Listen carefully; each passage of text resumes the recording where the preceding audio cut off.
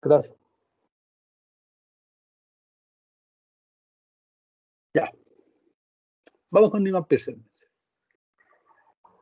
En Newman Pearson, aquí, obviamente, aquí el enfoque es partir tirándole un poco de tierra a lo que es bayesiano para justificar este Newman Pearson, pero en realidad son teorías súper complementarias y el enfoque o la filosofía de diseño es un poco distinta en el objetivo nomás, ¿eh? No es que una sea mejor que la otra, sino que en el fondo lo que estamos viendo son distintas herramientas para que ustedes apliquen, porque ustedes ya cacharon que no es llegar y usarlas nomás, para que ustedes las apliquen en solución de problemas, ¿ya? Eso es lo que tenemos aquí. Newman Pearson es una alternativa a Bayes por lo siguiente. Cuando nosotros hacíamos Bayes, teníamos la probabilidad de la clase 0, perdón, de la clase 1, dividido por la probabilidad de la clase 0, probabilidad, entonces la función de distribución, mayor o menor que un tau. Y este tau, en el fondo, tenía, por un lado, los, las priors, ya en este caso es pi0, pi1, y aquí estaban los costos, ¿ya? Costos y costos. Costos asociados en este caso, la clase 0 y en este caso asociado a la clase 1. Eso es ecuaciones más, ecuaciones menos, enredo más, enredo menos. Eso es lo que teníamos hasta el minuto. ¿Ya? Un segundito. Ya. Ok, el tema o los enredos son, bueno, ¿cómo defino esto? Las priors. La manera más práctica de hacer esto es contar cuántos ejemplos tengo de cada una de las clases y estamos listos y ahí obtengo las priors. Pero estos costos son a veces enredados. Yo no sé de buena primera cómo definir cuánto darle como número al hecho de equivocarme en clasificar mal un 1 cuando era un 0 cuando era un 1 o una clase positiva cuando era negativa. Eso es muy problema dependiente y a veces es raro de cómo definirlo y a veces no lo quiero hacer. No lo quiero hacer porque me voy a simplificar un problema. Entonces, si no lo hago, si no tengo cómo hacerlo, voy a tener que verme en alguna manera de esto, darle una pequeña optimización de alguna manera, definirlo como. ¿Ya?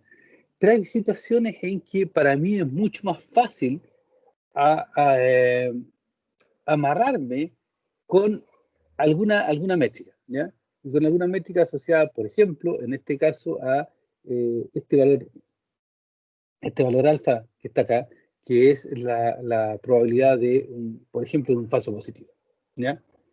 Entonces, bajo ese concepto, el criterio de Newman-Pearson de diseño de clasificadores dice, mire, ¿sabe qué? Usted haga lo siguiente. Maximice su probabilidad de detección o de accuracy, ¿ya? Maximice la probabilidad de que... espérenme, déjenme aquí, detección es...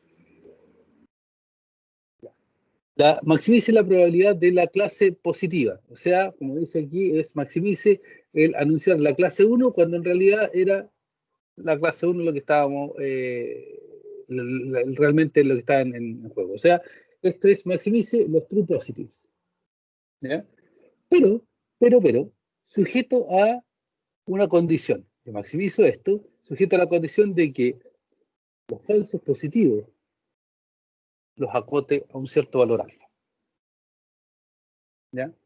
¿A quién se le ocurre en qué caso esto es bueno? ¿En qué tipo de aplicaciones, por ejemplo, esto es una situación deseable?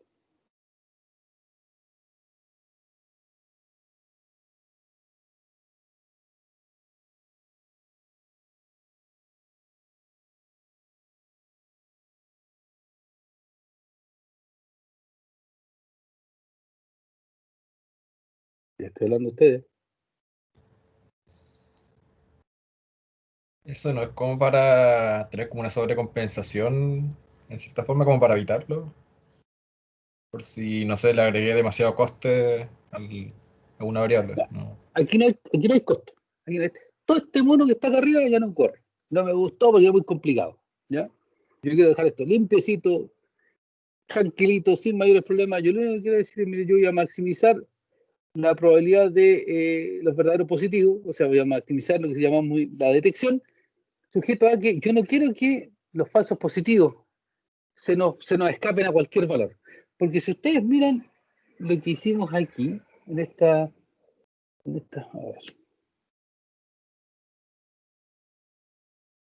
cuando nosotros corríamos este umbral, ¿ya? Aquí está comparando la clase 0 con la clase 1. Yo corro este umbral para los lados, ¿cierto? Y aquí, por ejemplo, si esta es la frontera de decisión, esta área de aquí es la probabilidad de anunciar, esta área de aquí, anunciar perdón, aquí anuncio, ¿ya? Anuncia la clase 0. O sea, esta es la probabilidad de anunciar un 0 cuando en realidad, porque esta es la distribución, el valor pertenecía a la clase 1. O sea, esto es un falso positivo, ¿cierto? Anuncio pero en realidad, perdón, esto es un falso, la clase es la positiva, ya la 1, y esto la anuncio como negativa. Esto es un falso negativo, ¿ya? Esto es un falso negativo, este de aquí. Esta área de aquí me da el área del falso negativo, porque yo la anuncio, estoy en la clase 0, este 0 es negativo, 1 es positivo. La anuncio como negativa cuando en realidad era positiva, ¿ya? Y esta de acá, el área en esta otra parte, la que está ahí, es la probabilidad de falsa alarma o falso positivo. Yo la anuncio en este lado, porque cayó en este lado, la anuncio como la clase positiva, pero en realidad pertenecía a la negativa.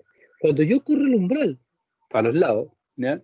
Yo defino un valor defino o me queda dado un valor de falso positivo o de falso negativo, de acuerdo a cómo lo vaya corriendo, ¿ya? Producto de cuando le recuerdo que este umbral de aquí, en el fondo del tau, es el pi 0, pi 1 y los costos, ¿ya? Los costos asociados al 0, 0, al 0, 1, etc. y los costos asociados al 1, 1, etc.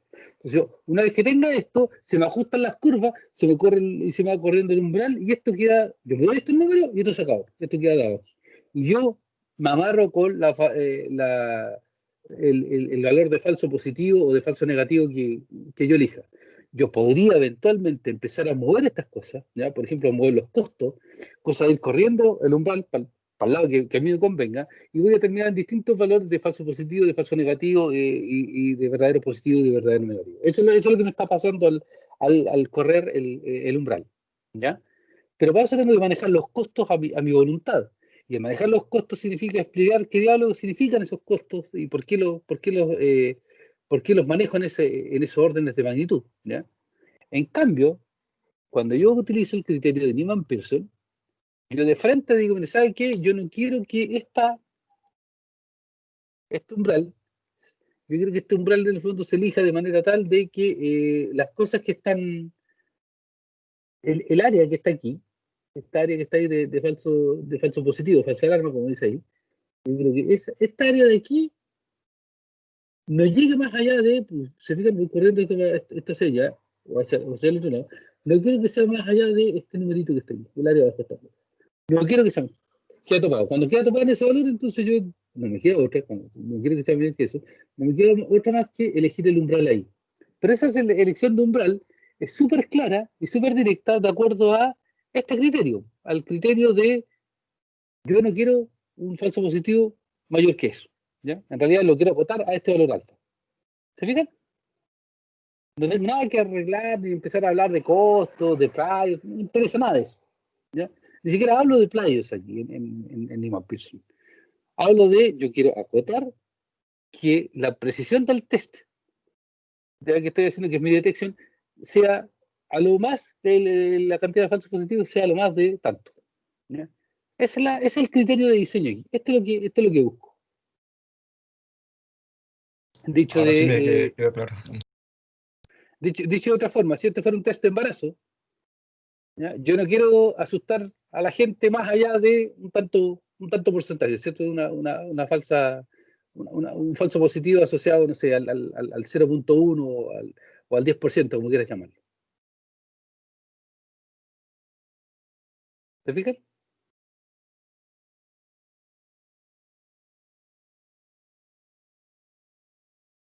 Yo esto lo puedo rediseñar, ¿ya? Pero no necesariamente asociado a esta probabilidad de detección, puedo rediseñarlo y considerar, por ejemplo, que en vez de la falsa alarma, yo podría hacerlo, no va a poder ser sujeto a la falsa alarma en este caso, sino que sería la probabilidad, yo podría también maximizar los verdaderos negativos, ¿ya? Sujeto a que los falsos negativos sean menor o igual que alfa. ¿Ya? Ustedes deberían ser capaces de decirme por qué no puedo maximizar los verdaderos positivos sujetos a que los falsos negativos sean menor o igual que alfa. Eso deberían ser capaces de decirme por qué no puedo hacer eso. ¿Ya? Pero yo podría ahora hacer el problema complementario a este y decir, maximicemos la probabilidad de detectar los verdaderos negativos sujeto a que los falsos negativos sean menor que alfa. ¿Ya? En este caso, por ejemplo, este es un criterio de diseño súper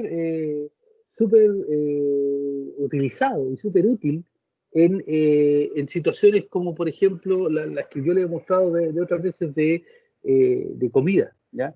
Cuando estoy buscando, no sé, espina en filetes de pescado, estoy buscando parásitos en carne, ¿ya? Estoy sujeto a problemas reputacionales. ¿Ya? Yo no quiero que la cantidad de falsos negativos, que sean bombas, ¿cierto? Alguien que vaya con que vaya con una bomba en la mochila y se pase en el aeropuerto. Yo no quiero que el falso negativo, o sea, realmente una bomba en la mochila y yo no lo detecte, yo no quiero que sea más allá de un tanto por ciento, ¿ya? Un 1%, un 0,5%. En esos casos yo puedo usar el mismo criterio de decisión de Niemann-Pearson, pero el problema complementario de maximizar la probabilidad de detectar los verdaderos negativos, pero sujeto a la restricción de que los falsos negativos sean acotados por un cierto valor. ¿Ya? Entonces, esto me da un feeling totalmente distinto a lo que yo puedo hacer, de lo que yo puedo diseñar como clasificador en estos casos. ¿Ya? Ese, esa es la gran gracia y la gran ganada del criterio de decisión, ¿ya? O la norma de diseño, como quieran llamarlo, o el criterio de diseño de los detectores de Niemann-Pearson. ¿Ya? Se entiende esa parte? Sí, se entiende. ¿Ya? Ahora el tema es cómo lo hago. El tema de cómo lo hago no es muy distinto a lo que estábamos haciendo. Y el tema o el criterio de diseño viene asociado a lo siguiente. Fíjense, yo digo que olvídese la parte del medio, ese gamma que tiene ahí lo podemos dejar de mirar en este momento. Sí, este es el likelihood ratio, ¿ya? Déjeme si le llamé log likelihood o likelihood ratio. Es el L, ya. Este es el likelihood ratio, el L. Si el likelihood ratio es menor que este valor nu, entonces anuncio clase 0. Si es mayor que el valor nu, anuncio clase 1. O sea, es exactamente igual a lo que teníamos antes, ¿ya? Pero ahora se llama nu y no se llama tau, porque esto es un valor aparte, ¿ya? Y este gamma es una regla de decisión que está aquí, en realidad es un randomizador que me dice, mira, ¿sabéis qué? Para el caso igual, entonces tengo que considerar que esto, por ejemplo, puede ser una moneda al aire o un valor, etcétera, etcétera. Entonces, lo que yo ando buscando ahora es dónde está ese umbral, ¿ya? Que me va a generar el hecho de que yo tomo un valor, lo coloque en el likelihood ratio y me dé esta cosa acá. Entonces yo ando buscando nu y ando buscando gamma, ¿ya? En particular, cuando gamma cuando estas distribuciones son continuas, este gamma no corre, es cero, porque como son continuas, yo puedo tirar un punto para acá, un punto para abajo, y en el caso de tirarlo para cualquiera de los dos lados, como es el likelihood ratio de una función continua y tengo un punto ahí, esto no se no se hace relevante, porque el punto tiene masa cero y nos va a dar que no nos va a influir en el resultado. Cuando el tema es discreto, entonces ahí tengo que considerar ahí el punto asociado y ahí voy a tener que introducir este gamma acá. Entonces, de nuevo, ¿cómo lo calculo? Bueno, vamos a recurrir de nuevo al likelihood ratio, que está ahí, ¿ya? Y en este caso, este gamma que está aquí, perdón, este nu que está ahí, este gamma que está acá son los que vamos a tener que diseñar. ¿Y cómo lo hacemos? Bueno, el procedimiento de diseño es súper sencillo. Insisto, vamos al paso continuo, no se complique la vida. Y ustedes dicen lo siguiente, miren, yo quiero, para el caso de que yo quiero una probabilidad de falsa alarma menor o igual que alfa, como se llama acá, entonces yo me doy una probabilidad de falsa alarma, ¿ya? ¿Qué es la probabilidad de falsa alarma? Y mírenlo aquí. La probabilidad de falsa alarma es la probabilidad que se calcula sobre, como quieran llamarlo, sobre la curva de la clase 0, ¿ya? Pero en la región, y esto que está aquí es eso. L, el likelihood ratio mayor que nu, esto es el omega 1, ¿cierto? Esa es la región de decisión asociada a la clase 1, ¿o no?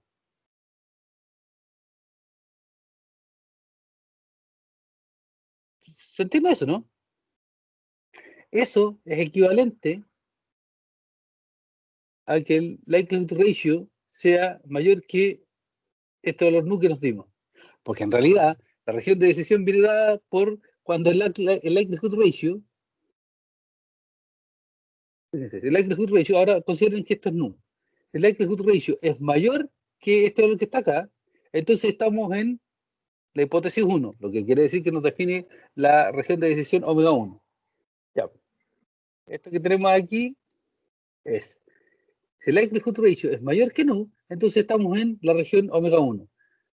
Y la probabilidad asociada a la distribución de la clase 0, calculada en la región omega 1, no es nada más ni nada menos que la probabilidad de falsa alarma, porque es anunciar la clase 1 cuando en realidad estamos en la clase 0. ¿Ya? Y yo quiero que eso sea menor o igual que alfa. ¿Ya?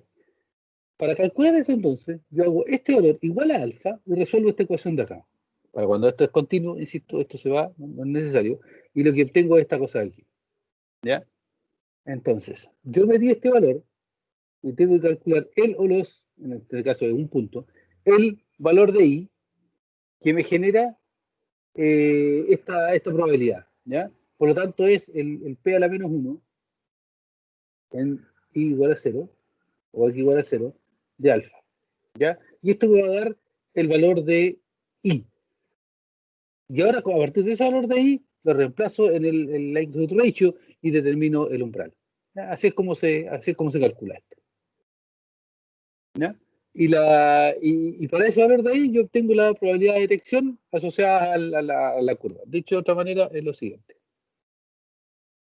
Yo vengo,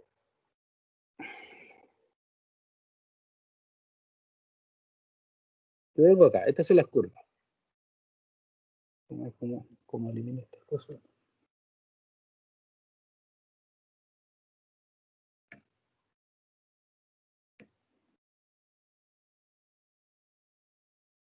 Yo vengo acá, ¿ya? Yo digo, alfa es igual a, por ejemplo, 0.05. ¿Ok? Entonces, busco, en esta distribución de acá, supongamos que tiene esa forma, busco en qué parte esta probabilidad es 0.05, ¿ya? O lo que es lo mismo, busco el complemento, 1 menos alfa, ¿ya? Que igual a 0.95, es esta otra parte de acá. El complemento de esto de aquí es la probabilidad del true positive, ¿cierto? Del verdadero positivo. Toda esta zona de acá. ¿Ya? Busco eso. Entonces eso me da, entro con este valor de aquí y yo obtengo este valor de i aquí, ¿ya? O de x, que está ahí. Y ese valor de i es el que yo utilizo ahora para reemplazarlo. Ahora voy, entré con este, hago calculo la PDF inversa y con ese valor de i yo obtengo, o sea, perdón, con ese valor de alfa yo obtengo el valor de i y después ese valor de i lo reemplazo aquí en o sea, perdón, en el likelihood ratio. Esto me va a dar un valor y esto es lo que me va a definir entonces el valor nu. Y una vez que tengo definido el valor nu, tengo definido el clasificador, que es lo que está aquí. ¿Ya? Y ahí obtengo el valor del criterio de diseño. Es así de sencillo. El tema que tienen es que cuando yo tengo distribuciones que son medias raras, como estas de acá, ¿ya? Gamma, exponencial, buscar la función inversa de estas distribuciones, ¿ya? Puede ser complicado y ahí tengo que recurrir a métodos numéricos. ¿Ya? Es la única complicación de cálculo que hay asociada a este tema. ¿Ya? Y ahí, desde mi punto de vista, lo más fácil que hay que hacer es, o la forma de cálculo alternativo que hay que hacer es, miren, yo voy a tener el log likelihood va a ser una cosa, por ejemplo,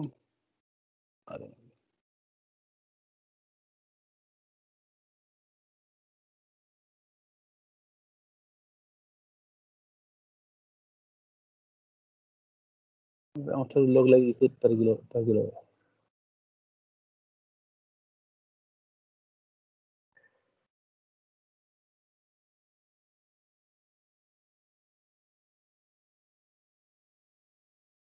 Aquí.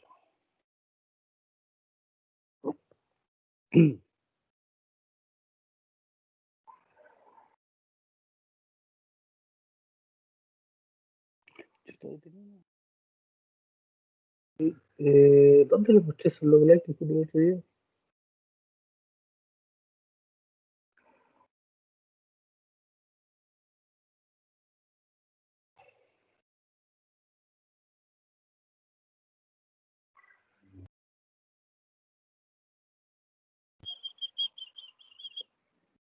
No tengo acá.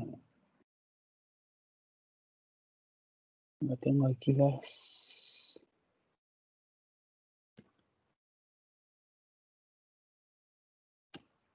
Voy a mostrarle una curva de log likelihood, o sea, de likelihood ratio aquí.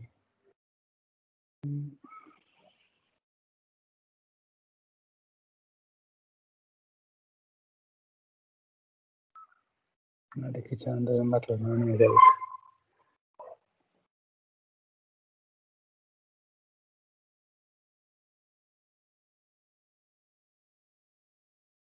Un segundo.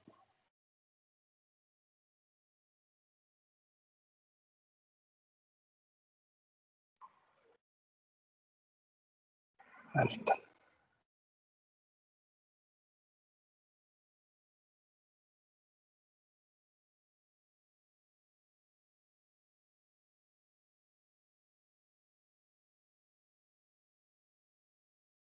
Ya aquí está. Cuando las distribuciones son más complicadas, y esto se le. Ahí voy a mostrar la causal de todas maneras, ¿ya? Pero cuando las distribuciones son más complicadas, lo que ustedes pueden hacer. Ahí está ahí está el log likelihood, ¿ya? Ahí está el log likelihood aquí. En estos casos, entonces, lo que ustedes pueden hacer es lo siguiente. Para hacer el cálculo, tienen calculado el log likelihood aquí, ¿ya? Y calculan, entonces, o tiran aquí un tau. Y calculan log de L de X o L de Y mayor que log de tau, o sea, de nu, ¿ya? Calculan esto. Se dan un umbral, un valor del umbral, calculan el log de esto y después tiran el log del likelihood ratio. Y ven dónde quedan, ¿ya? Y con ese ven dónde quedan, después calculan la probabilidad de falsa alarma, ¿ya? Y chequean si están menor que alfa, ¿ya? Si están menor que alfa, están al otro lado y pueden seguir calculando en esa misma dirección. Y buscan en el fondo, tienen que buscar cuándo la probabilidad de falsa alarma es exactamente igual al valor alfa que se dieron, ¿ya? Que es la segunda parte del criterio de Neyman-Pearson, que no se los mencioné, pero está mostrado aquí. Está mostrado aquí. ¿Ya? Ahí. El criterio, ahí, no se nota muy bien con tanta raya que lo ando encima, pero el criterio de Neyman-Pearson, ustedes lo aplican, ¿se acuerdan que tienen que ser menor igual que alfa? ¿Ya? El teorema de Neyman-Pearson les dice que si ustedes hacen esto igual a alfa, se ponen en el peor caso y con eso acotan que la probabilidad no se pase de ese umbral que está ahí, ¿ya? Entonces, volviendo atrás, la forma o la manera de calcular esto es, ustedes se dan un nu, ¿ya? Con ese nu calculan esto. Esto les va a dar la región de decisión, ¿ya? Voy a dar los pasos aquí. Ya, pues.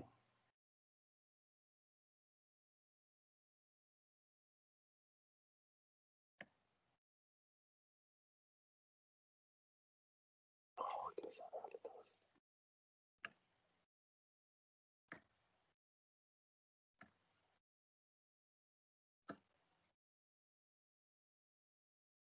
Ya. La otra forma alternativa de cálculo es la siguiente. Ustedes se dan un nu, ¿ya? Ustedes saben que primero plotean el log likelihood y van a ver más o menos en qué valor está, ¿ya? Se dan un valor de nu, un nu sub 0, ¿ya? Y ahora calculan L de I mayor que este nu sub 0. Esto les va a determinar cuál es el omega 0 y cuál es el omega 1, ¿cierto? Porque si ustedes evalúan aquí van a saber cuándo es mayor y cuándo es menor y van a tener la región de decisión. En el fondo están comparando, están corriendo, ahí está el nu, ¿ya? En realidad este de ahí es el log de nu. Este de aquí, este de ahí es el log de nu, ¿ya? Pues ahí dice log de tau, ¿se fijan? Log de tau ahora es log de nu. Ya, entonces, cuando se fijan en un valor nu sub 0, pueden calcular esto y esto les va a determinar las dos regiones de decisión. Y ahora calculan la probabilidad de falsa alarma. ¿Ya? Y la probabilidad de falsa alarma es la probabilidad de, esto es igual al F en X0, o Y0, ¿cierto? En omega 1. Y testean, ¿cierto? Si cumple con su requerimiento de alfa. Si es más grande, si es más grande, corren el umbral. Y esto empiezan a jugar con esto y lo hacen de manera iterativa y obtienen. Lo hacen de manera iterativa. Chequean si esto está bien. Si es menor que esto, o si es mayor que esto, chequean, vuelven acá arriba y chequean hasta que este valorcito se les haga igual. ¿Ya? Tienen que buscar el valor igual. Si no, siguen buscando, porque esto es un escalar, esto es un numerito, no es uno solo. Entonces siguen buscando en la misma dirección hacia un lado, hacia arriba, hacia abajo, depende de cómo lo estuvieran haciendo, y ven ahí cómo les va dando. Y buscan el valor que les dé igual, o igual con un delta, ¿cierto? Porque esto es numérico, a este valor de alfa de acá. Y ese valor que encuentro que sea igual ahí, es el que ustedes deciden para finalmente usar como nu y que les va a generar su región de decisión. ¿Ya? No sé si con todos los enredos que me pegué, con todos los errores que usé y que generé, me entendieron lo que les dije. Un poco más claro aquí, porque aquí ya no tengo una línea recta. Este es el log likelihood. ¿Se fijan? Este de aquí. Entonces yo sé que el log likelihood va a tomar valores que van desde este número de aquí hasta este número de acá abajo. ¿Ya? Y ahora esto lo divido en múltiples puntitos. Y voy evaluando. Aquí cuánto me da, aquí cuánto me da, aquí cuánto me da el log likelihood. Y a partir de eso, este es darme un nu 0. Este es el nu 1, etc. Y ahí numéricamente yo los puedo ir evaluando. ¿Ya? Y ahí veo, y al evaluarlo, por ejemplo, en este caso de aquí, ese corto ahí, me da la región de decisión para allá y para acá. ¿Ya? Entonces, cuando está aquí, ahora puedo evaluar, en este caso, por esta región de decisión de aquí, que es la 0 era. Esta es la asociada al 1, ¿cierto? Roja 0. ¿Ya? Este es omega 0 y este es omega 1. Entonces, como es probabilidad de falsa alarma, calculo en esta región de acá, utilizando la F de el X de clase 0. ¿Ya? Y veo cuánto es ese valor. Cuando sea igual al valor alfa que yo me di, entonces estamos listos y no sigo iterando, no sigo dándole vuelta a lo que yo había generado acá y obtengo el valor final del umbral para el clasificador. ¿Ya? Es un procedimiento más numérico que, si se fijan, más numérico que resolver las ecuaciones, como en el caso de esta parte bayesiana, cuando lo hacíamos con Bayes, sobre todo para las distribuciones que eran simples, como la gaussiana, yo podía hacer todo este cálculo a mano, ¿ya? Y obtener el valor del umbral de decisión.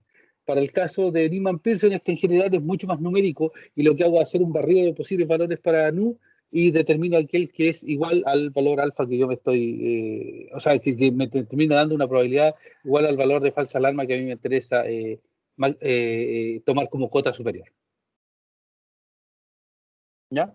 No sé si se entiende, no me he honrado para hablar después de estar haciendo clases toda la tarde.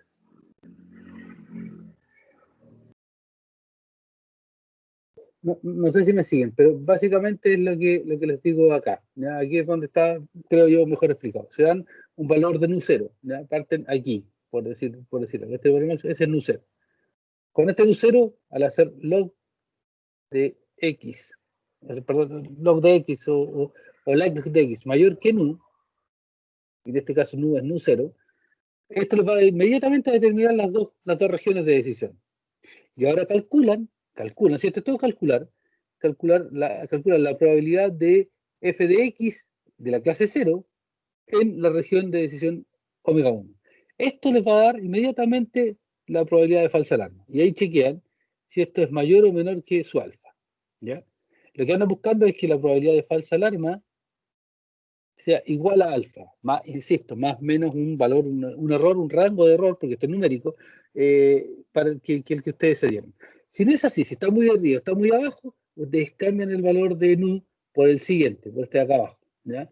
Después por este otro de acá, por el otro de acá, y ahí van evaluando hasta que lleguen, hasta que encuentren un valor asociado a esto, a un valor asociado de probabilidad de falsa alarma igual a alfa, más o menos su rango de tolerancia para la que están haciendo. Una vez que lo encontraron, se quedan con ese y ese es lo que les define el detector, porque con eso ustedes van a obtener un nu, ¿ya? Y listo. Y ahí quedó especificado el clasificador e inmediatamente esto va a tener una probabilidad de falsa alarma máxima igual al valor de alfa que ustedes se dieron. ¿Ya? Esa es la forma, el procedimiento de cálculo de cómo lo hace.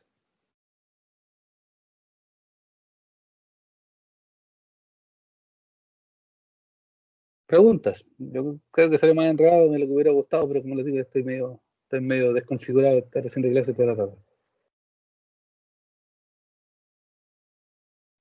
Entonces, un método iterativo para este modelo. Para este modelo, sí. Es más un método iterativo. O sea, yo lo planteé como iterativo. Alguien me va a decir, no, pero la que usted dice es más rasca que...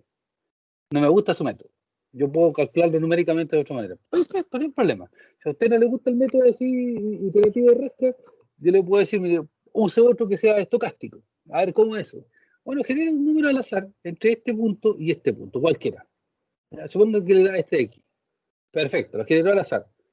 Ahora, este número de aquí, que va a ser el nu 0, usted lo pone aquí, reemplaza y determina estas dos cosas y calcula la probabilidad de falsa alarma. ¿Cuánto le dio? Tanto. Y ahora repita esto, no sé, 1000 veces, 2000 veces, hasta que encuentre el valor más cercano a PDFA igual al alfa que usted tiene. Y con ese valor que asociado que tiene un nu 0, ese es su valor de umbral. Y ahí tiene otra forma de hacerlo. ¿No? Alguien va a decir, oiga, pero no me gustó, es muy rasca esa solución. Yo puedo escribir la ecuación para esto y derivarla, ¿ya?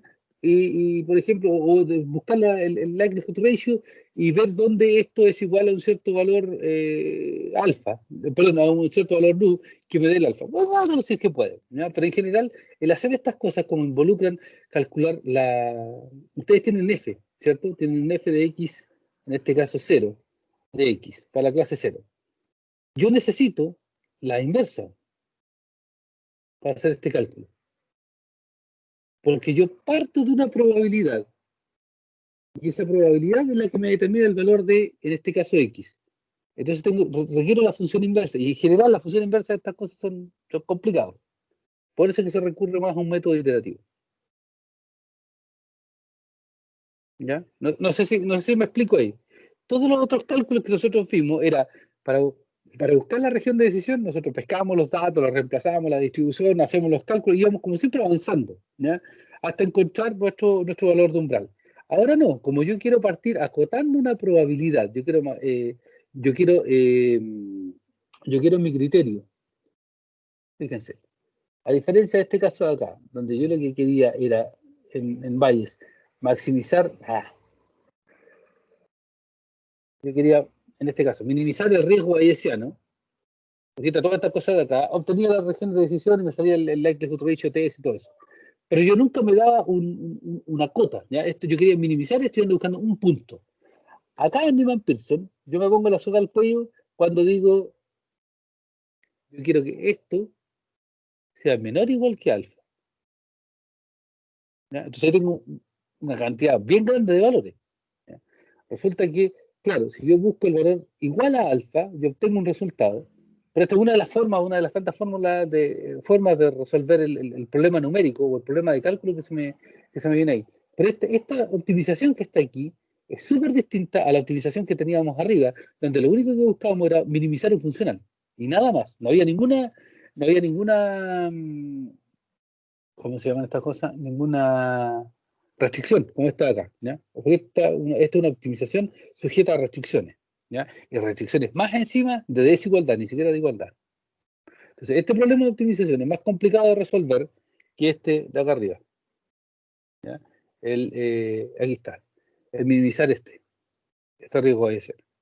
Entonces, por eso es que el tema pasa por un algoritmo de cálculo para encontrar ese umbral, ese nu, que me genere la probabilidad de falsa alarma que yo me especifico. ¿Ya? Pero lo relevante aquí, más allá de la forma de cálculo, porque a la hora de los QIO yo creo que son muchos algoritmos de cálculo los que hay que terminar haciendo, lo relevante aquí es que el criterio de Neyman-Pearson me entrega una forma distinta de diseñar el clasificador que está asociada a limitar un tipo de error de clasificación, cosa que en las otras formas de diseñar los clasificadores yo nunca he tenido, ¿ya? O sea, no limito nada, sino que determino cuál es la probabilidad de falsa alarma, la de falso negativo, etcétera, etcétera. Ya puedo asociar costos, pero nunca tengo una cota máxima para, por ejemplo, la probabilidad de falsa alarma. Vienen determinadas por las otras cosas que yo decido.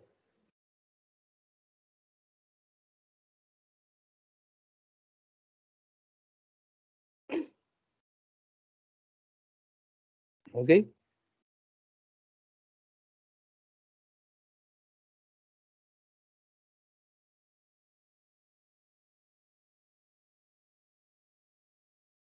¿Se entiende la idea? Esto lo tienen que hacer con cálculo para que tenga más, o sea, para que lo terminen de aceitar.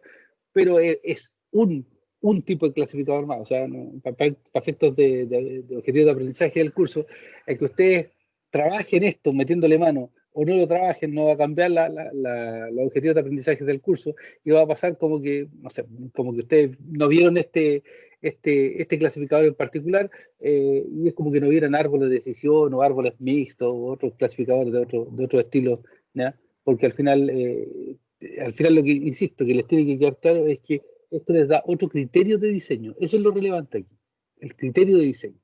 A la hora de los tíos, si ustedes necesitan resolver un problema y se ven en la necesidad, o tiene mucho sentido aplicar este criterio de diseño, lo que tienen que tener claro es saber que existen estos clasificadores y cómo tener la idea de cómo diseñarlo para meterle las manos en la masa a la hora de resolver el problema, ¿ya? Más allá de meter siempre las manos en la masa aquí para resolver el problema particular en el mini proyecto, por ejemplo, ¿ya?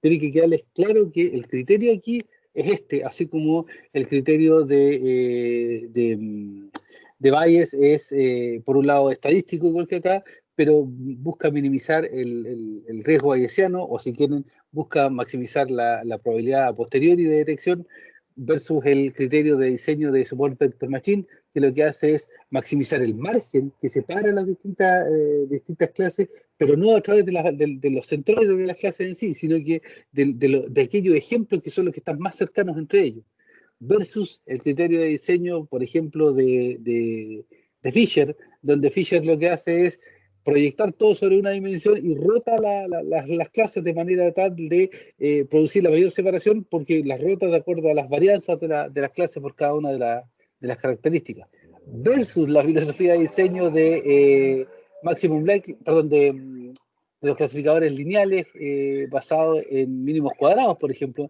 donde lo que buscan es aproximar un modelo lineal o cuadrático, de lo que sea, a cada una de las clases, y en base a eso después generan las fronteras de decisión. ¿Se fijan? Hay una gran cantidad de criterios de diseño que son los que ustedes tienen que tener presentes, porque algunos van a funcionar mejor que otros, o algunos van a funcionar o van a ser la respuesta que ustedes necesitan al problema particular que después estén analizando. Esa es como la moraleja aquí, ¿ya? El resto, que hayan visto este, que hayan visto lo otro en particular, son detalles de la causa. Lo que tienen que quedarles claro es esto. Existen distintas filosofías de diseño, distintos criterios que ustedes pueden aplicar y que en el fondo les generan una batería de soluciones para distintos problemas. ¿Ya?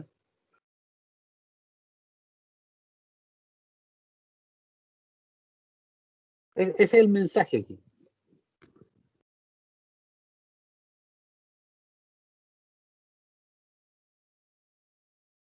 ¿Dudas?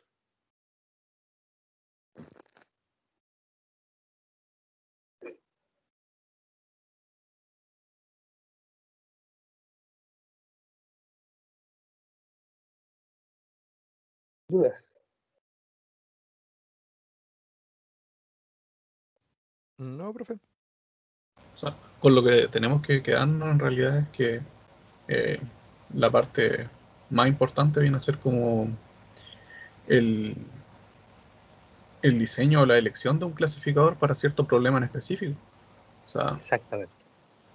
Exactamente. saber qué elegir, por qué razón, porque, o sea, lo que más se adecue a lo que necesitamos, más que nada. Claro. Más que saber qué elegir y cómo elegir, tener en la cabeza de que, lo voy a decir al revés, ¿cierto? Si tú estás usando siempre el clasificador, por ejemplo, el Support Vector Machine, para resolver todos los problemas, en realidad tú estás teniendo una visión sesgada de la vida, entendiendo la vida como el problema de clasificación. Porque existen otras soluciones que en el fondo pueden ser también lineales, como el Support Vector Machine, pero como lo que hacen es tener una diferente filosofía de diseño, apuntan a mirar otras cosas. ¿Ya? O te entregan otras cosas que, por ejemplo, el Support Vector Machine no te va a entregar, que va a ser flexibilidad en las regiones de decisión. ¿Te fijas? Cuando uno se amarra con clasificadores lineales, lo que obtiene es clasificadores lineales, que quiere decir que son hiperplanos de decisión. Y eso es bueno, es simple, es bonito, es barato, pero no es tan flexible porque a veces uno tiene problemas que son más enredados, de las clases están mezcladas y por zona y cosas, entonces uno quiere más libertad en ese caso, ¿ya? Y en ese caso, entonces, un clasificador lineal no te permite eso por la forma que tiene, ¿ya? Y que es la filosofía de diseño que hay detrás. A lo mejor tú querías uno cuadrático, bien, vale, uno cuadrático, ni un problema, ¿ya?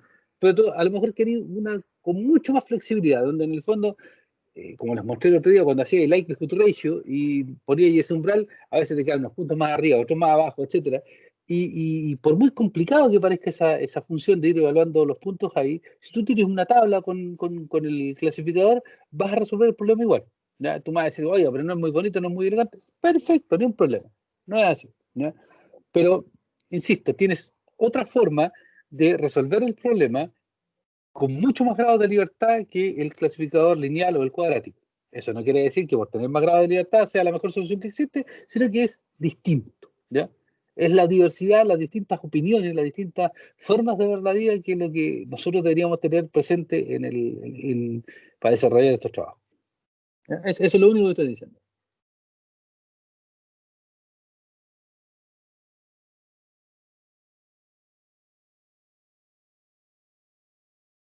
¿Ok? ¿Se entiende? Sí, gracias.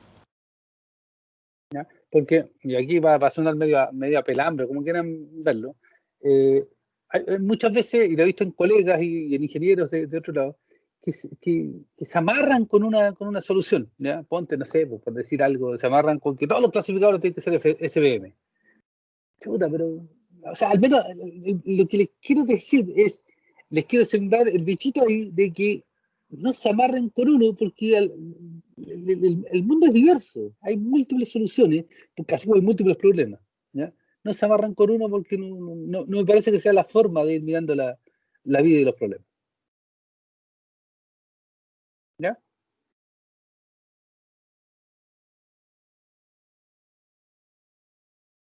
Y un poco va súper de la mano con lo que les voy a mostrar ahora de manera bien informal y más o menos a la rápida, ¿ya?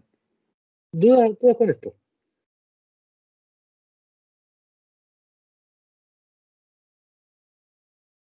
Con ningún peso. No, no, profe, no hay duda. ¿Ya? Excelente. Escuchan pajaritos y qué bueno, qué agradable. hemos estado trabajando hace un tiempo atrás en un problema de discriminar pescado. ¿Ya? Pescados que son de origen, perdón, que son de interés comercial en el país. ¿Ya? Entonces, y esto tiene que ver con feature engineering en el fondo, ¿ya? O creación de las características. Entonces, porque los que tenéis son de la misma familia. ¿Ya? En este caso, son sardinas. ¿Ya?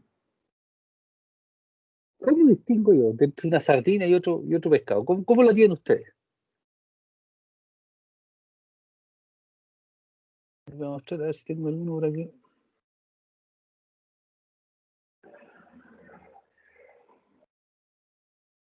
¿Qué se le ocurre a ustedes para...? Por ejemplo, esa es una reineta, ¿ya? Y aquí hay otro, ese debe ser una anchoeta, una sardina. Déjenme en la cola. Claro, es una anchoeta la que está aquí. ¿Ya? Y es una reineta. ¿Cómo discriminan ustedes entre dos pescados distintos? ¿Qué es lo que tienden a buscar? A ver. La forma podría ser. Si es más ¿Ya? grande. Perfecto. ¿Qué más? Alguien dijo Nicolás dijo la forma. Ángelo parece que estaba diciéndolo. ¿Sí, el color puede ser o no? Como No la sé, iluminación. dígame ustedes, si aquí valen todos los approaches, el color, dice Ángelo. Si son pescaditos de colores, bien. Lamentablemente los pescados que estamos viendo, salvo uno o dos, son casi todos plateados. Así que el color, al menos para nosotros, seres humanos, no nos ayuda mucho. Pero sí sirve. ¿Qué más le podríamos buscar? La forma, dicen miren la aleta. ¿Ya? Miren la aleta, en ese caso es así. En el otro caso que está acá, aquí está las aletas son así, la aleta de atrás, etc. Entonces, se fijan, hay varios approaches de cómo atacar esto. ¿Ya? Entonces, en primer lugar, el mensaje que les quiero transmitir, con este problema en particular, porque es muy válido para un montón de otras cosas más. Primero, cuando uno arma una base de datos, y cuando uno arma o trata de resolver un problema, al armar la base de datos para la clasificación y para tratar de ir haciendo las cosas, uno puede, en el fondo, definir distintos espacios de características. ¿Ya? Que en el fondo son distintas representaciones para el mismo problema. Uno, por ejemplo, es lo que ustedes me dicen, miramos la forma. ¿Ya? ¿Y cómo lo hacemos? Chuta, a ver, veamos. ¿Cómo lo hacemos? Ya, definamos. Estos que tienen más forma como de cigarro. Hay otros que van a ser un poquito más gordos, como el pamparito o como la reneta, que son más anchitos acá, ¿ya? Ahí, y tienen otra forma. Entonces podemos hacer mapear estos pescados a una forma, ¿ya? O a un espacio de características que sea, por ejemplo, el largo, el ancho, ¿ya? Y ahí tengo dos características. Y después una tercera que me diga ya el color. Tres características. Defino un vector de tres características para cada uno de los pescados y estoy listo. Ustedes van a decir, bueno, pero chuta, veo que se le va a hacer complicado definir en base a estas tres características cómo es el pescado para poder distinguir entre las distintas clases. Pero ese es un approach. ¿Ya? Otro approach es, hagamos lo siguiente, pongamos los pescados sobre una mesa, ¿ya? Y olvidémonos del color. Bueno, usted me dijo que no, olvidémonos del color, hagamos un approach un poquito más enredado, otra vez no tan enredado, que sea, generemos máscaras para estos pescados y olvidémonos del color y dejamos se fijan, aquí tengo binario, aquí no hay pescado y aquí hay pescado.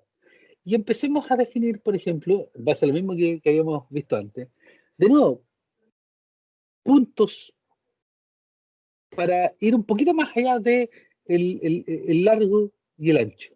Por ejemplo, definamos, no sé, como en el caso de acá, 1, 2, 3, 4, 5, 6, 7, 8, 9 puntos. Siempre 9 puntos de interés. ¿Ya? Tal cual, ¿han visto en las películas, cierto? Cuando se definen puntos de interés en la cara para definir quién es quién. Bien mi historia, pero hagámoslo con el pescado. Con el pescado le vamos a mirar más allá de la cara que está ahí, ya le vamos a mirar toda esta parte. Y estos van a ser mis puntos de interés. Ok, esos son mis puntos de interés y ahora definamos características. Por ejemplo, la distancia entre S y S. ¿Ya? La distancia entre S y S, entre S y S. Y midamos distancias, ángulos, etc. ¿Ya? Y lo mismo, aquí hay otro, si definimos esos mismos puntos, se fijan, uno aquí en la cola, uno acá en la punta de la boca, después dos aquí en esta parte donde se va achicando la, la cola, después otro la parte máxima con uno al medio, ¿ya? Que en este caso va a ser el centro de base, que vamos a definirlo ahí con el centroide, y después 2 puntos más acá, ¿ya? Y empecemos a medir ángulo y toda esa cosa. Y armemos ahora características. Puedo poner muchos más puntos si quiero, ¿ya? Al final de los puntos críticos. Y puedo armarme un vector de características en base a esto. Se fijan, ahí están los ángulos, ahí están los puntos, etc. Puedo incluso armar texturas si es que quiero. Y puedo armarme una tabla con vectores de características como esta que está acá. Y tengo 44 distintas características, donde están los puntos, ¿ya? Los ángulos asociados a los puntos, y esto, obviamente, porque los pescados son de distintos tamaños, etcétera, si yo todo el tiempo tengo esta cajita, que es la que me segmenta el pescado, ¿ya? Entonces puedo estos puntos ahora dividirlo por este máximo de largo y este máximo de ancho, y voy a generar, si que son puntos ahí, voy a generar valores relativos que van a estar entre 0 y 1. ¿Se fijan? Esto, que pareciera ser un esquema harto más enredado y más elaborado, me permite también definir un nuevo espacio de características de una dimensión ya no 3, sino que mucho más grande, en este caso es 44, con la cual yo represento al pescado. Y ahora a lo mejor voy a poder discriminar o clasificar de una manera mucho más simple o con mayor precisión que la que tenía antes. ¿Ya? Esto es feature engineering o creación de características. Yo me las arreglo, pienso, busco cosas que gente ya ha hecho, como sea, ¿ya? Pero me las arreglo para discriminar, o sea, para generar un espacio de representación, y ojo con las palabras, un espacio de representación para la cosa que estoy haciendo, ¿ya? Aquí, por ejemplo, incluso le metimos texturas, ahí nos poníamos ahí, calculábamos unos filtros espaciales ahí para ver cómo eran las texturas, porque tienen distintas escamas los pescados, etc. Y armamos este vector de características. Y ahora esta es mi representación, y recién ahora pesco esto, y ahora este es X, ¿cierto? Este es X, y tiene dimensión, en este caso 44, y eso es lo que me representa al pescado. Entonces después cuando me pasen, perdón, voy a hacer un pescado nuevo para clasificar, voy a dejarme la data de pescar este pescado, la foto del pescado, armar una máscara, buscar los puntos, ¿cierto? Todo tiene que ser automático, buscar los puntos, generar los números, y esos números pasarlos a mi clasificador. Eso es feature engineering. De nuevo, no me gustó su approach. Es muy penca, muy enredado, muy complicado. Mire, yo tengo otra cosa, tengo una maquinita. ¿Qué maquinita? Tengo una cámara hiperespectral. Ya hay que hacer con su cámara hiperespectral. Mire, ¿saben qué? Voy a pescar su pescado y lo voy a dividir, por ejemplo, en todas estas zonas de acá. Y voy a pasarlo por esta camarita que es una cámara hiperespectral y voy a generar, o después lo paso por un radiómetro, como sea, y voy a medir un montón de puntos aquí y los voy a promediar en el espacio, ¿ya? Y voy a generar curvas espectrales, por ejemplo, para todo el cuerpo, y para distintas especies me dan así. ¿Y qué es lo que dice esto? Por ejemplo, este es un promedio tengo un montón de píxeles, supongo que tengo, no sé, 3000 píxeles por cada pescado. Yo tomo esos píxeles con esta camarita hiperespectral, yo veo cuál es el valor de la reflectancia en cada longitud de onda. Y aquí tengo otro espacio de representación súper distinto, ¿ya? Donde tengo por cada pescado ahora lo represento por una curva en el espectro. Y veo que, por ejemplo, las curvas, la forma de las curvas para este pescado aquí, que es la anchoveta, ¿ya? Y para este otro pescado acá, que es la sardina común, que están ahí, son más o menos parecidas y, bueno, tal vez por intensidad, ¿cierto? Puedo discriminar entre estas dos, pero, por ejemplo, puedo discriminar por forma de las curvas entre esta de acá, que es el jurel, y la sardina y la anchoveta, ¿cierto? Estas cosas tienen formas distintas, pendientes distintas, etc. Podría ajustar distintas ecuaciones, ¿ya? Entonces, si ahora me pasan un pescado, yo lo pistoleo con el radiómetro o lo paso por esta cámara hiperespectral, genero esta curva de acá y ese es mi espacio de representación para el pescado, ¿ya?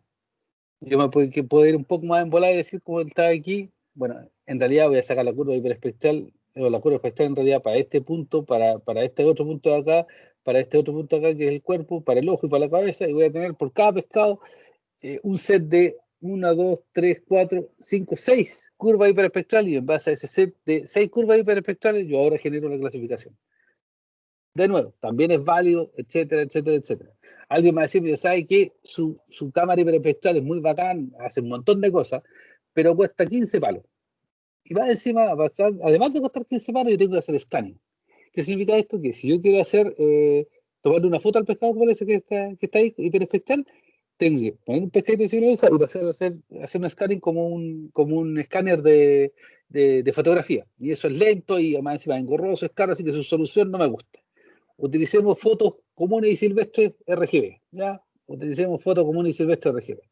Pero ¿qué hacemos ahí? De nuevo, segmentamos el cuerpo del pescado, aquí en una foto RGB, y promedio todos los valores aquí y genero, por ejemplo, una representación en RGB en base a, aquí está, ¿se fijan? En base a, este aquí.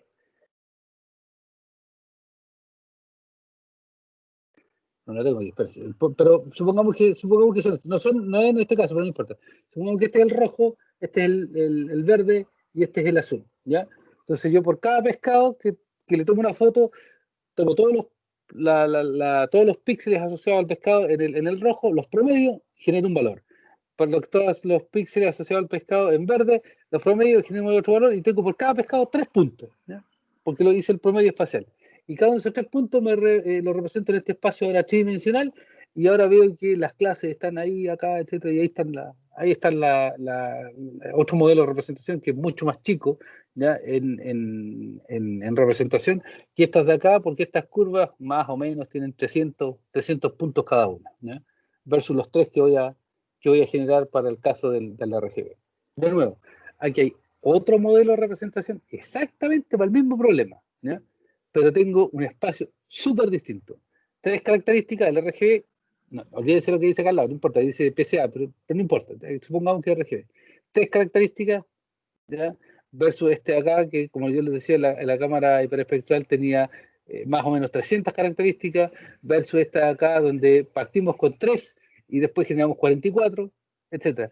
Son mundos, son formas súper distintas de representar esta, que ustedes lo pueden concebir como que para un mismo problema, yo tengo, no sé cuántos métodos les puse o cuántas representaciones distintas. Si eran 4, ya, tengo 4 expertos distintos, hablando distintos idiomas, tratando de obtener una representación para el problema que yo tengo. Y en base a esa representación, una vez que se casaron con la representación, generan sus clasificadores asociados.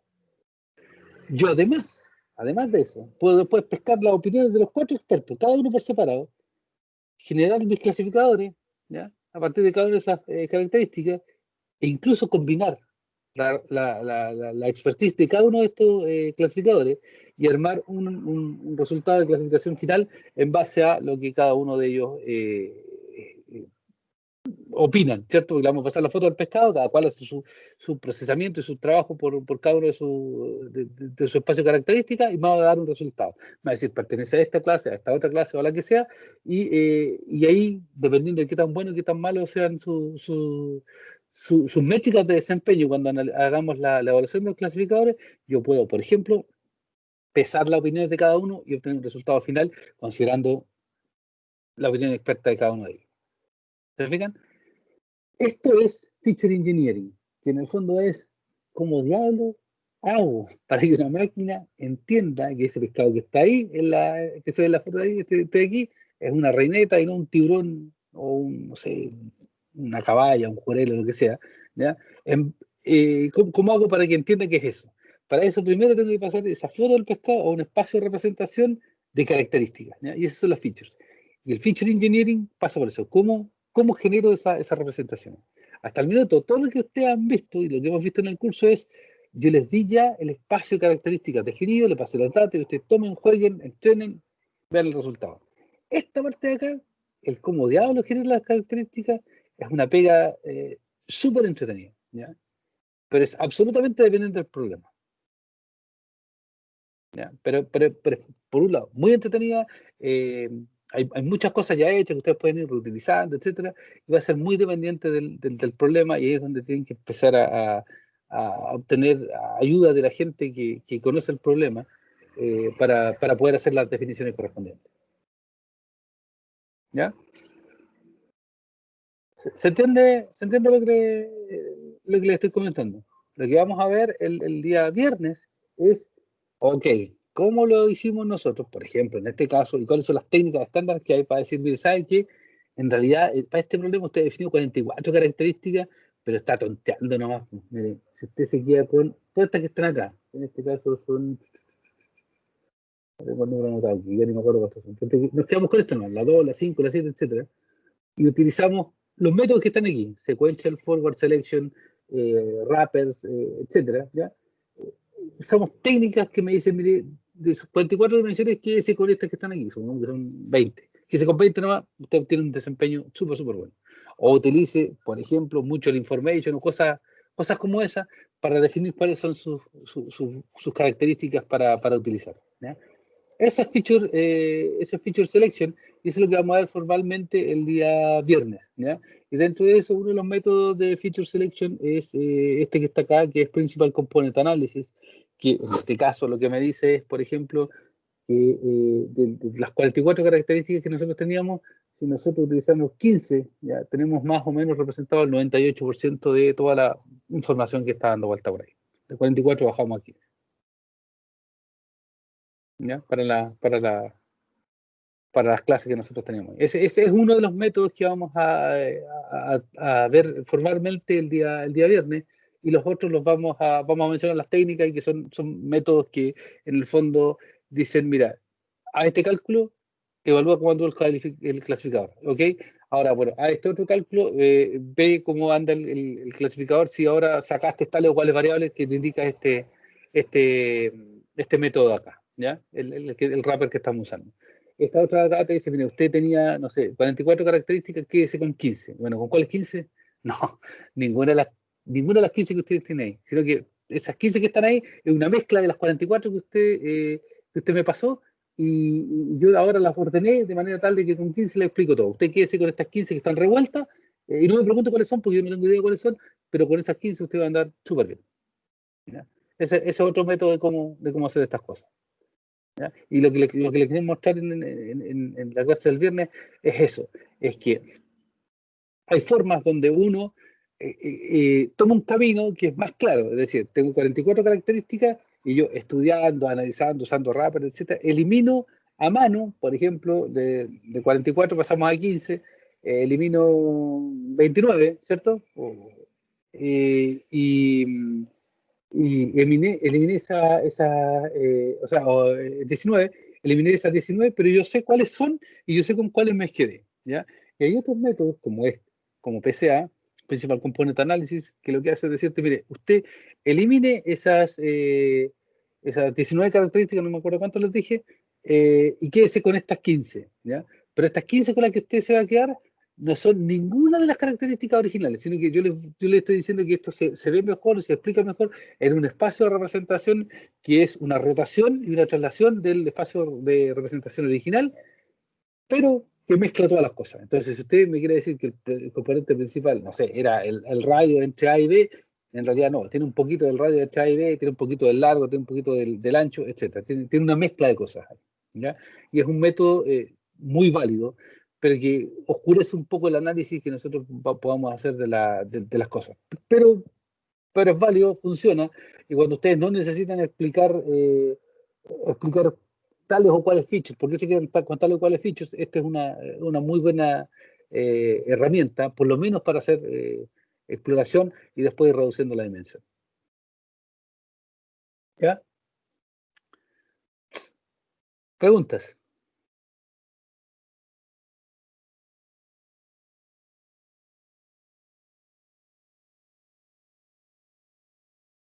En PCA usted habla de que es una mezcla de todas las cosas o de varias características, pero uno es capaz de saber qué mezclas son o cómo se hace la mezcla, o uno le dice, mézclate tú esta característica con la otra.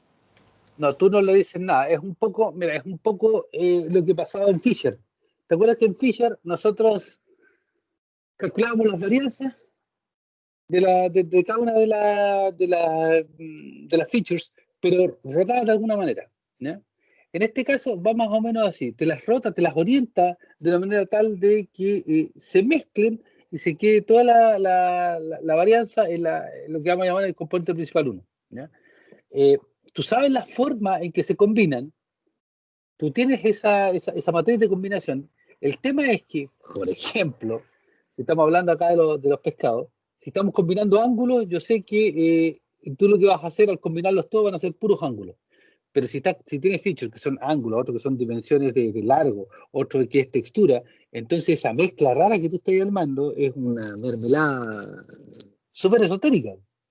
¿Ya? Entonces, el sentido físico del problema no van a tener mucho. ¿Y eso está mal? No, no está mal. Pero anda a convencer, no sé, un viejo de una minera de esas mezclas de variables, te va a mandar a la puta del cerro. ¿Cierto? Ya, entiendo. ¿Ya? Entonces, ese es el tema. Es una buena herramienta cuando tú podés mezclar las cosas porque a la gente con la que estás trabajando, a la que le quería explicar el problema, no le complica eso. ¿Ya? Y se puede hacer y funciona y reduce la dimensión y tú tienes tantos súper buenos beneficios. Pero no una bala de plata, por un lado. Y por otro lado, es difícil de explicar. Porque metiste toda la juguera, literalmente todo. ¿Ya? Ahora, si en la juguera metiste puras cosas que eran de las mismas dimensiones, de las mismas unidades, bueno, ahí no están enredados. Pero tenía un ovillo de lana ahí que se te revolvió. Ese es el tema.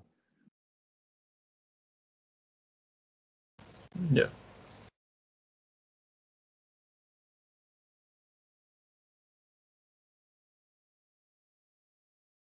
Más preguntas. Arrancaron varios. ¿A dónde voy?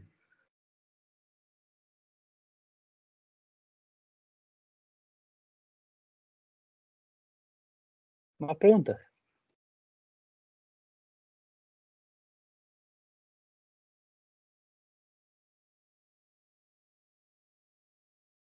¿No?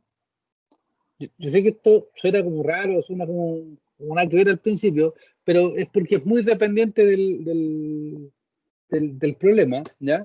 Me interesa ver la técnica de PCA sobre todo, pero la quiero ver en este contexto, en el contexto de que nosotros estamos analizando los datos o las features o las características de problemas particulares, sin entrar en uno preciso, ¿ya? Y me interesa mirarlo así para que no se pierda de vista el hecho de que estos problemas que nosotros vamos a analizar en general usando Machine Learning de algún tipo, son problemas reales. O sea, aquí no son puros números, no estamos jugando con números, como seguramente les debe dar la sensación en algún minuto cuando están mirando el tema de las tarjetas de crédito o los otros ejemplos que hemos visto. Esto no es un juego de números. Hay procesos involucrados atrás, hay variables físicas involucradas atrás, y no hay que nunca perder de vista esa parte de ahí. ¿Ya? Ese es el mensaje que un poco le estoy tratando de enviar acá. Así como antes les decía que hay que tener mente abierta y mirar varias posibles soluciones, ahora el mensaje es, no perdamos de vista el proceso que hay detrás, porque normalmente esa es la parte más difícil ¿cómo se llama? De, perdón, voy a decir así, esa normalmente es la parte más fácil de hacer, olvidar qué es lo que hay detrás y te quedas con los números. Y cuando uno tiene los puros números, uno pierde la sensación de lo que está pasando. Y peor que eso, cuando tú tratás de explicar lo que hiciste, se te complica mucho, porque perdiste el feeling físico de las cosas.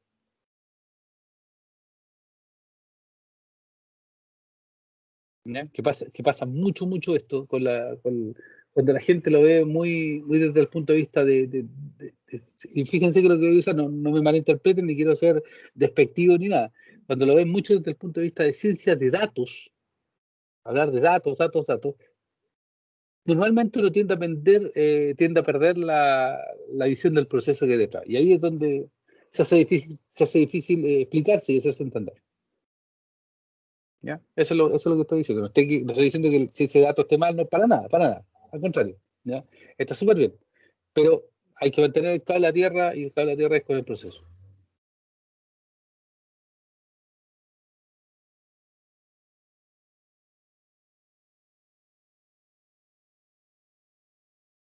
¿Ya?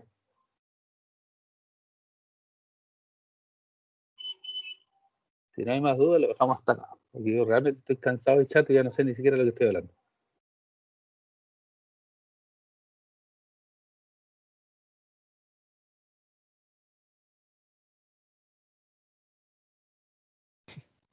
No, no tengo dudas, profe.